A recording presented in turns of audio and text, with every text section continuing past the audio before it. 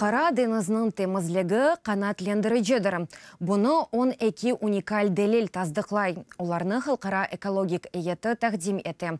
Фақат бұтын дүнияда олғаны кебі Украинада да сувның чешіт қалымтыларнен кірленмесі еле бағлы меселе бар. Дей экология назиры Астап Семирак. Бұның еле дeniz небат ве айванатына тесір еткен оксиген қатламының деніші білежегі телуке доғыра. Қара дeniz сув алының araştırmaları нәтижесінде.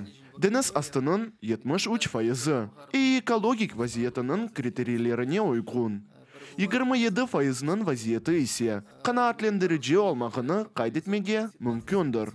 Тек ермай мақсулаты дегілді. Иляч ве парфюмерия мақсулатының да аваны кірлеткені мерақлыдыр. Deniz алында бұл мақсулат қылымтыларының топланмасы. Сесленуіні талап еткен яны чығырувыдыр.